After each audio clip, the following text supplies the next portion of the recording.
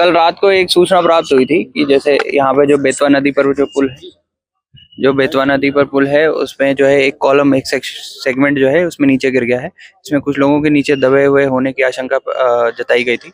इसको सूचना जैसे ही प्राप्त हुई पुलिस और प्रशासन यहाँ मौके पर पहुंचे और एसडीआरएफ को भी तत्काल रूप से बुलवा लिया गया। एसडीआरएफ कल रात में ही यहाँ पर, जैसा कि डीएम साहब ने अवगत कराया, यहाँ पे पहुंच गई थी और इनमें जो 3 लोग थे जो फंसे हुए थे उनको सुचारू रूप से जो है बाहर निकाल लिया गया, उनका रेस्क्यू हो गया है।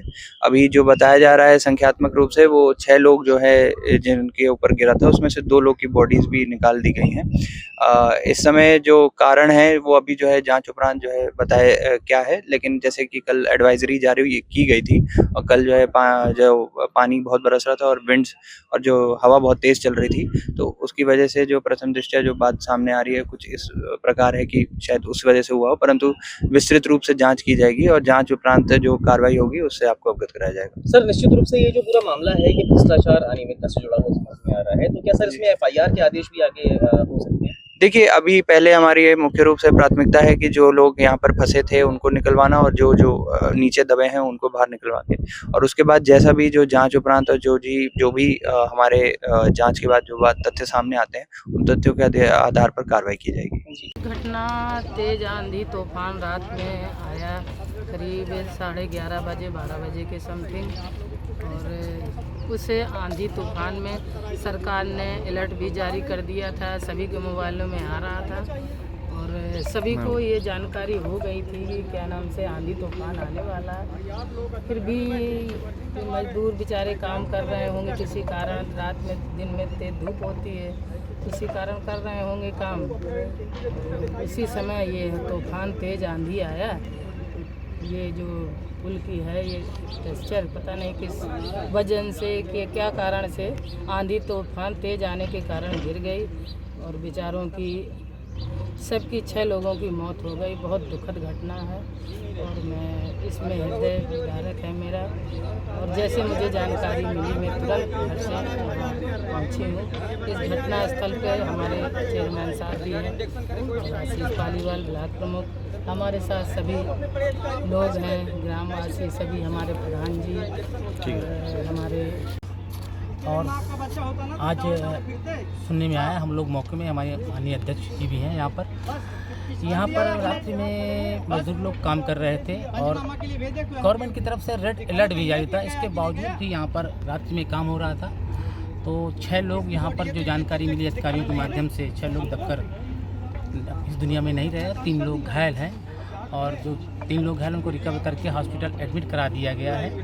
कहीं ना कहीं रेड अलर्ट के बावजूद भी रात्रि में काम हो रहा है, ये एक सोचनीय विषय है और सरकार इस दुखद घड़ी में मृतक और घायलों के साथ खड़ी हुई है।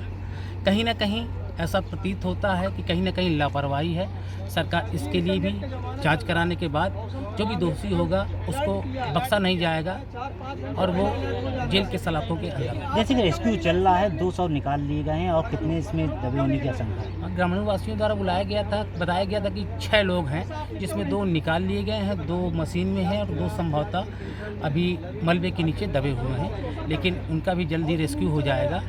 और इस दुखद घड़ी में भारतीय जनता पार्टी की सरकार, हम सब लोग परिवारों पीड़ित परिवारों के साथ बराबर खड़े हैं।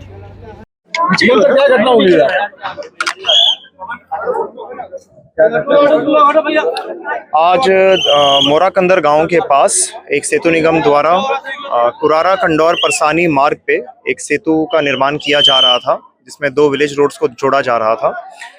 कल रात को शाम को एक एडवाइजरी प्रसारित की गई थी आईएमडी द्वारा और प्रशासन द्वारा भी, जिसमें हमीरपुर के लिए तेज आंधी तूफान और बारिश की संभावना जताई गई थी।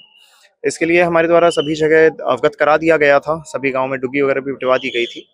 परंतु जो सुबह हमें जानकारी मिली, यहाँ पर जो ये सेतु बन रहा था इसमें कुछ एक सेक्शन गिर गया था रात को तकरीबन 2 से 2:30 बजे के बीच में, जो हमें सूचना मिली। इस सेक्शन के ऊपर कुछ कर्मचारी थे, कुछ लेबर थे जो काम कर रहे थे।